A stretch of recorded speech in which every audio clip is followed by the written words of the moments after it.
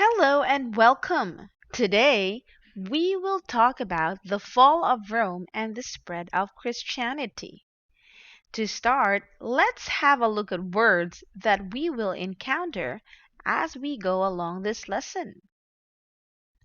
First, we have missionary. A missionary is a person who tries to convert unbelievers to his or her own religious beliefs. We have crucify. It means to put to death by being hung on a cross. We have persecute. It is to victimize or punish. The fall of Rome. The Romans controlled one of the largest and most powerful empires the world has ever seen.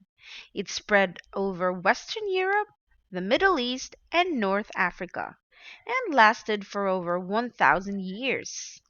Historians argue about exactly how and why Rome fell, but many agree that the empire ended in 476, when the Roman emperor was forced by the Germanic chieftain Odoacer to give up his throne. Germanic invaders set up kingdoms across Europe. Roman territory in North Africa was controlled first by the Vandals, then by the Byzantines, and finally by Muslim conquerors from 698. Now let's look at the spread of Christianity. Jesus Christ was a Jewish teacher and a prophet who lived in the area known as Israel and Palestine. His followers founded Christianity in the first century. Christians believe that Jesus was the Son of God and was sent to the earth by God. Jesus' first followers were 12 men called the Apostles. Many people heard his message and began to follow him.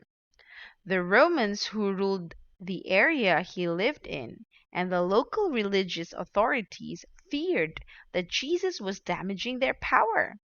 He was put on trial and crucified.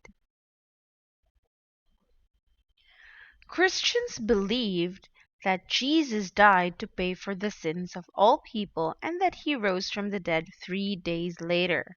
According to his followers, Jesus appeared to them in the 40 days after he rose from the dead, and then he rose into heaven.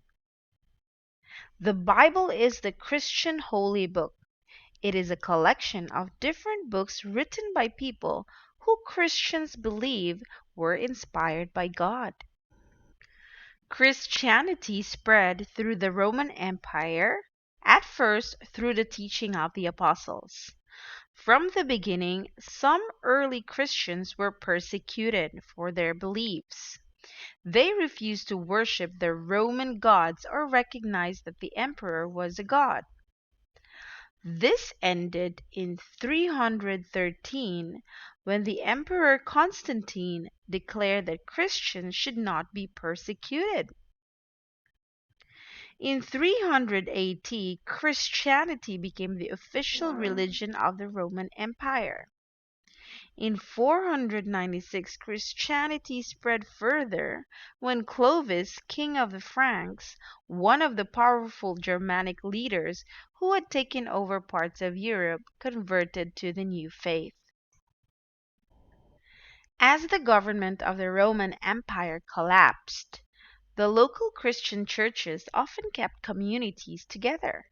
After the fall of Rome, the Pope became involved in politics. Christians traveled across Europe as missionaries and spread their religion further. Now let's listen and look at a video about how our calendar came to be. As another year comes to a close, I felt it might be worth looking at how the modern calendar of 12 months, leap days, and more came to be. On a global scale, the nearly universal calendar is the Gregorian calendar. While some nations and churches use different calendars, the focus on this video will be on this specific one. The origins of the calendar go back to the founding of Rome. Rome's founder Romulus is said to have created a calendar of 10 months with 31 and 30 days. There isn't much historical fact to back this up, but oh well. At the end of these months, there would be a period of time during the winter which would go without months, counted until the new year began. This was obviously an imperfect system, and it said Romulus' successor, Numa Papilus, revised the calendar. As with Romulus, this claim doesn't have too much factual evidence to back it up. Either way, the revision added 2 more months. Roman culture believed even numbers were bad luck, and as such, the total number of days in a month consisted between 29 and 31, except for Februarius, which was a month of purifying. In 46 BC, Julius Caesar revised the calendar to a near modern state. The number of months and number of days per month were at their modern equivalent. The Earth doesn't rotate around the Sun at a perfect 365 days, and to fix this, an extra day was added every 4 years in February. Those inconsistencies of timekeeping before had led the years to waver from proper alignment with the Sun, so it was decided to add days to the year. Because of this, 46 BC was 445 days long, with 2 whole additional months added. As Rome grew, the calendar became more universally accepted. Christian religious calendars became intertwined with the Julian calendar, and so as Christianity spread, so too did the calendar. In 525 AD, a monk named Dionysius Exodus created the concept of Anno Domini, or AD. He calculated that 525 years prior, Jesus was born. At the time, the most popular dating method was Anno Mundi, in which the year was around 6000 at this time, dated from when Christians at the time believed the earth was formed. It was prophesied that the second coming of Jesus would arrive around 6000 AM, or what happened to be 500 AD, and some believed Exodus dated AD at 525 to avoid the controversy if it didn't happen, which it didn't. No major change seemed needed until 1582. By this point, the faults of the Julian calendar were becoming more evident. The Julian calendar had calculated leap days with one needed every 4 years, but over time, this wasn't quite accurate enough. The Earth rotates around the Sun every 365.2425 days, and the Julian calendar only accounted for 365.25 days. That 0.02 difference may seem null, but over the course of 1500 years, signs began to show. Solstices would no longer line up, and this meant that the dates of religious holidays couldn't be as accurately found. To solve this, Aloysius Lilius created what would become the basis of our modern calendar. Every 4 years would be a leap year, just like the Julian calendar, but years divisible by 100 would skip the leap year. Years divisible by 400 would keep the leap year, however. This would make each start of the century skip leap years, unless they were years divisible by 400. Pope Gregory XIII approved, and in October 1582, the calendar was adopted. The Julian calendar had drifted away from the accurate date, as the calendar loses a day for every 128 years. To account for this, October 4th was followed by October 15th. At the same time, the days of the week were not changed, so instead of going from Thursday, October 4th to Monday, October 15th, it went Thursday, October 4th to Friday, October 15th. Confusing? Well, imagine how they felt. This new calendar was known as the Gregorian calendar, named after the Pope, and its influence was immediately felt in Catholic states like France, Spain, and more. Over time, the influence of these states made the calendar popular to non-Catholic areas as well. Resentment of changes did exist in many locations, so it took nearly 2 centuries for empires like Great Britain to adopt it, and until the early 1900s for nearly all nations to use it. Globalization made keeping universal time more of a necessity rather than a convenience. As global trade and communication became more commonplace, differences in dates could result in disastrous miscommunication. At the same time, growing empires such as Great Britain and Spain could spread influence across the world, and the Gregorian calendar took its place as the global calendar.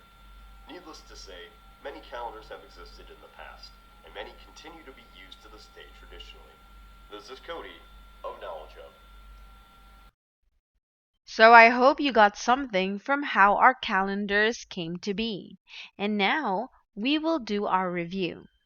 So we talked about all these things. First, the Romans controlled one of the largest and most powerful empires the world has ever seen. It spread to the Western Europe, the Middle East, and North Africa for 1,000 years. Number 2, the Roman Empire ended in 476 when the Roman emperor was forced by the Germanic chieftain Odoacer to give up his throne. Number 3, Jesus Christ was a Jewish teacher and prophet. His followers are called the 12 Apostles, who also founded Christianity. Romans feared Jesus was damaging their power. He was then put in trial and was crucified. The Christian book is called the Bible. Christianity spread through the apostles. Some early Christians were persecuted for their beliefs.